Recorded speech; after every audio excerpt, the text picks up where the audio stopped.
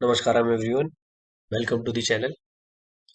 सबसे पहले तो मैं सभी लोगों को थैंक यू बोलना चाहूँगा जो मेरे सब्सक्राइबर्स हैं, व्यूअर्स हैं। 1000 सब्सक्राइबर पहुँच चुके हैं और उसके बाद मैं आज पहली वीडियो बना रहा हूँ। सो सभी को मैं दिल से धन्यवाद करना चाहूँगा, आप लोगों के सपोर्ट की वजह से यहाँ तक पहुँचे हैं और ये जर्नी काफ़ी लंबी चलेगी।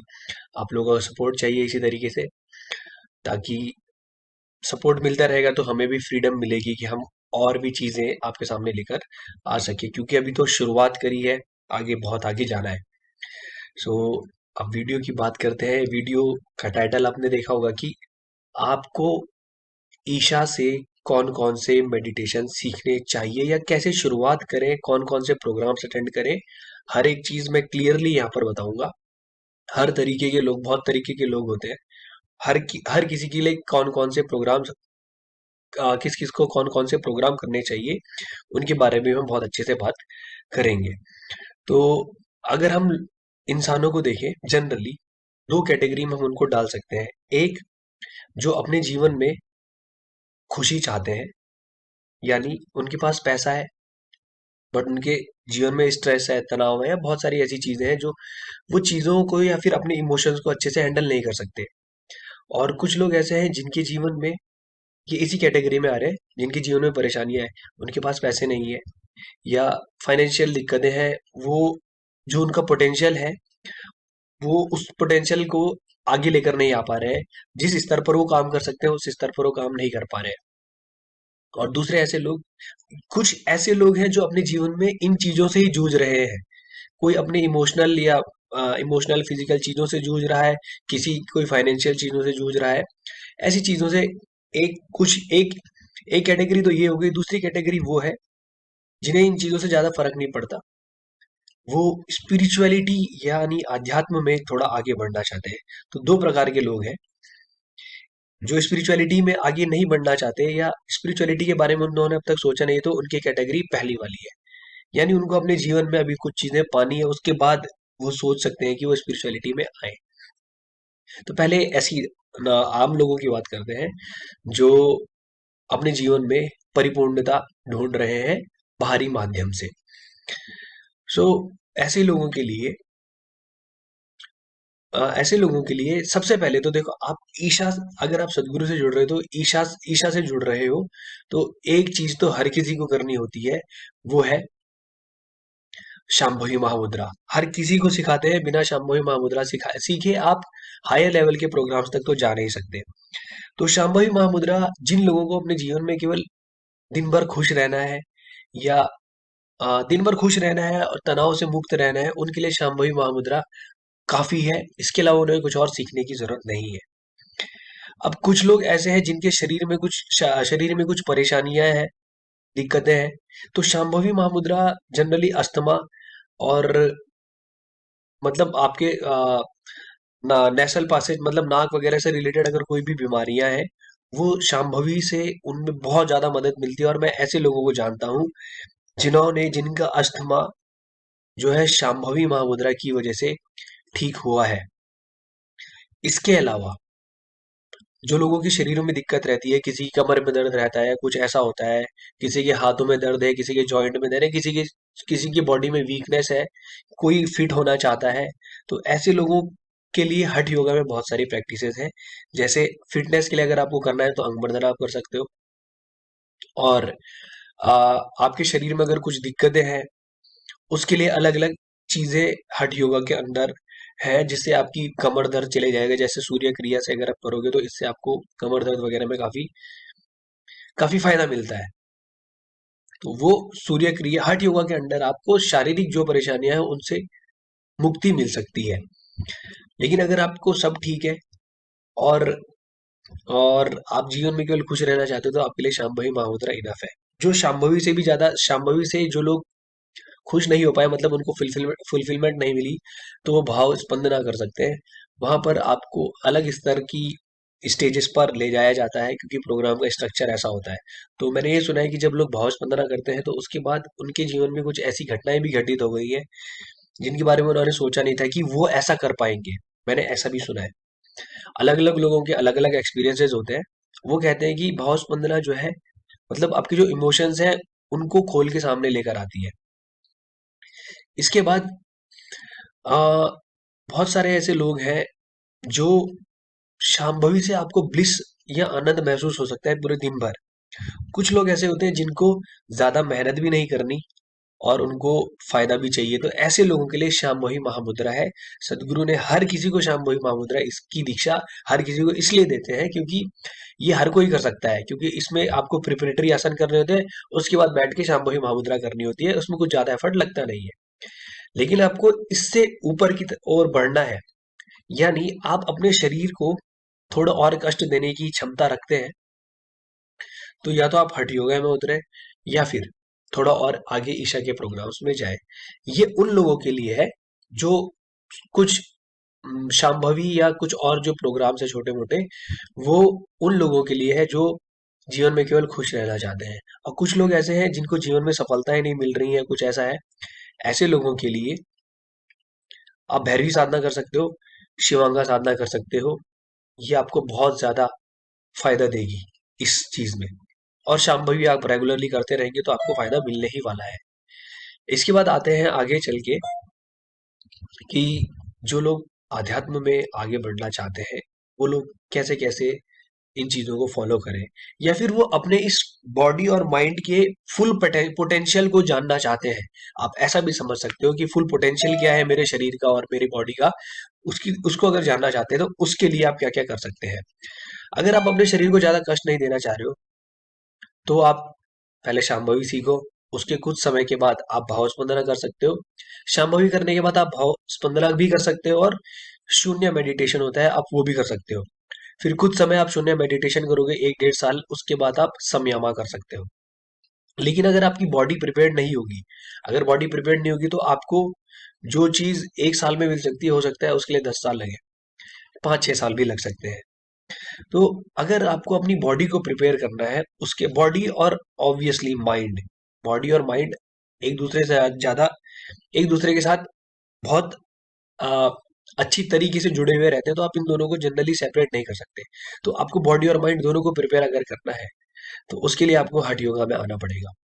हठ योगा में जो लोग जो लोग स्पिरिचुअलिटी में आगे बढ़ना चाहते हैं, या फिर अपनी बॉडी और माइंड के जो कैलिबर है उसको जानना चाहते हैं, इस ह्यूमन लाइफ की पोटेंशियल को जानना चाहते हैं, वो हठ योगा में उतरे। और हठ योगा आपके शरीर और दिमाग को इस तरीके से तैयार कर देगा कि आप हर एक चीज को रिसीव कर सकोगे। हठ योगा आपकी बॉडी को रिसेप्टिव बनाने का एक तरीका है। रिसेप्टिव बनाने के लिए और भी तरीके हैं हमारे पास, बट जैसे कि मैंने बताया था, भूत शुद्धि भी आप सीख सकते हैं। हाँ, जो लोग बीमारियों से जूझ रहे हैं, या जिन लोगों को रात को ढंग से नींद नहीं आ रही है, ऐसे लोग भूत शुद्धि भी सीख सकते हैं। इससे आपको बहुत फायदा मिलेगा। भूत शुद्धि में कुछ नहीं करना होता, 5 से 7 मिनट लगते हैं। ये आपकी जो बॉडी में 5 एलिमेंट है उनको क्लीन करने का एक प्रोसेस है, और हर दिन ये सुबह या शाम आप जब भी आपको टाइम मिले आप उस समय कर सकते हो। पेट खाली होना चाहिए, भूत शुद्धि भी करी जा सकती है। जो लोग आप स्पिरिचुअलिटी में आगे बढ़ना चाहते हैं, शांभवी तो सीखनी है। अगर आपने शांभवी सीखने का आपके पास समय नहीं है तो बिना शांभवी सीखे भी आप हठ योगा में कुछ भी सीख सकते हो। अंग मर्दना, अंग मर्दना आपकी बॉडी को हठ योगा के लिए तैयार करता है। मतलब अग- जैसे हठ योगा में योगासनास और सूर्य क्रिया, इनको अलग कैटेगरी में रख दो, और सूर्य शक्ति और अंग मर्दना इनको अलग कैटेगरी में रख दो। वो कहते हैं कि सूर्य शक्ति और अंग मर्दना आपके शरीर में जो भी दिक्कतें हैं उनको दूर करने के लिए है। और अगर आप स्पिरिचुअलिटी में और आगे जाना चाहते हैं, तो आप मेडिटेटिवनेस में बढ़ना चाहते हैं, मेडिटेशन करना चाहते हैं, तो आप सूर्य शक्ति और योगासना सीखें। तो मैंने योगासना सीख लिए हैं और 1 से 1.5 महीना हो चुका है योगासनास करते हुए, और अलग ही कुछ अनुभव है। इसके बारे में बाद में वीडियो बनाऊंगा, अभी मैं ज्यादा नहीं बोलना चाहता उस बारे में। सूर्य क्रिया मैंने करी नहीं है और शायद मैं सीखूंगा भी नहीं, क्योंकि मुझे योगासनास में इतना कुछ मिल गया है, मुझे किसी और चीज की जरूरत नहीं है। सो आपको अगर बढ़ना है आगे, तो आप पहले सबसे पहले अंग मर्दना सीखेंगे। अगर आपने अंग मर्दना सीखा, उसके बाद आप जो मर्जी सीखो, चाहे योगासना सीखो, चाहे शांभवी मुद्रा सीखो, आपको आपकी बॉडी शांभवी के लिए भी एक अलग लेवल पर तैयार हो जाएगी और योग आसनास के लिए आपकी बॉडी भी एक अलग लेवल पर तैयार हो जाएगी। खैर, मैं तो शांभवी भी सीखी हुई है, अंग मर्दना भी सीखा हुआ है, सूर्य क्रिया भी सीखी हुई है और भूत शुद्धि भी तो मैं रेगुलर बेसिस पर करता ही हूँ। तो बेसिक है अंग मर्दना, शांभवी, ये तो आप सीख ही लो। जिनको आगे बढ़ना है, मेडिटेटिवनेस में आगे बढ़ना है, मेडिटेशन करना है, और योगासनास, ये मेरे पर्सनल एक्सपीरियंस रहे हैं।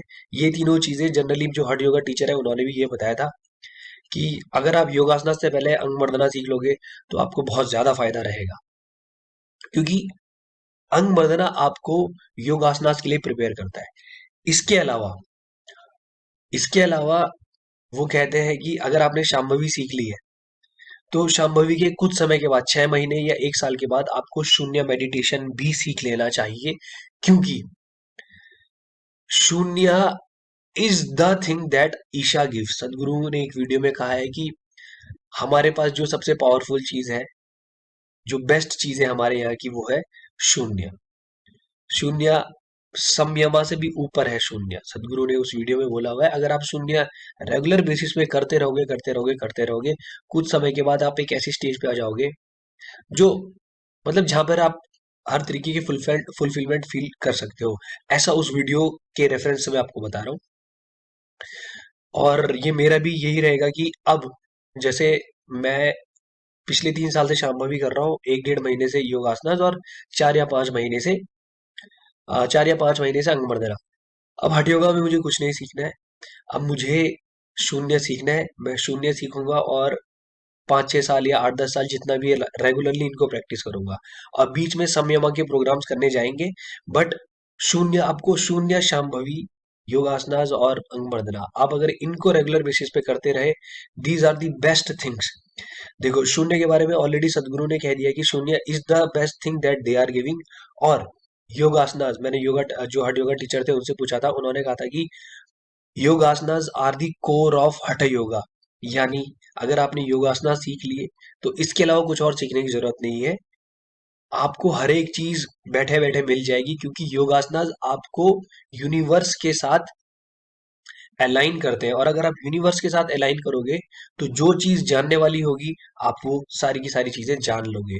ऐसा मैं बहुत सारी वीडियोस के रेफरेंस में बात कर रहा हूँ, और अब मेरे लाइफ में कुछ चीजें होने लगी हैं, मेरे एक्सपीरियंस पर भी है।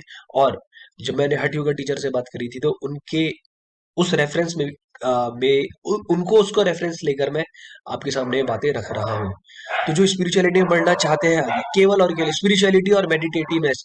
एक चीज और बता देता हूँ, अगर आप मेडिटेटिवनेस में उतर गए ना, तो आपके जीवन में होने वाली जितनी भी चीजें हैं ना, पैसा, पैसा, हालांकि मैंने अभी कोई बहुत ज्यादा पैसे कमाए नहीं है, मैं भी एज अ फेलियर ही हूँ इस समय, लेकिन अगर आप मेडिटेटिव हो गए अपने नेचर से, तो आप जो चीजें लोग 2 घंटे या 3 घंटे में करते हैं, वो आप 15 या 20 मिनट में कर दोगे, तो आपकी एफिशिएंसी बहुत ज्यादा होने वाली है। जो बच्चे पढ़ते हैं, अगर वो मेडिटेटिव हो गए नेचर में, तो उनको पढ़ाई में कभी दिक्कतें नहीं आएंगी।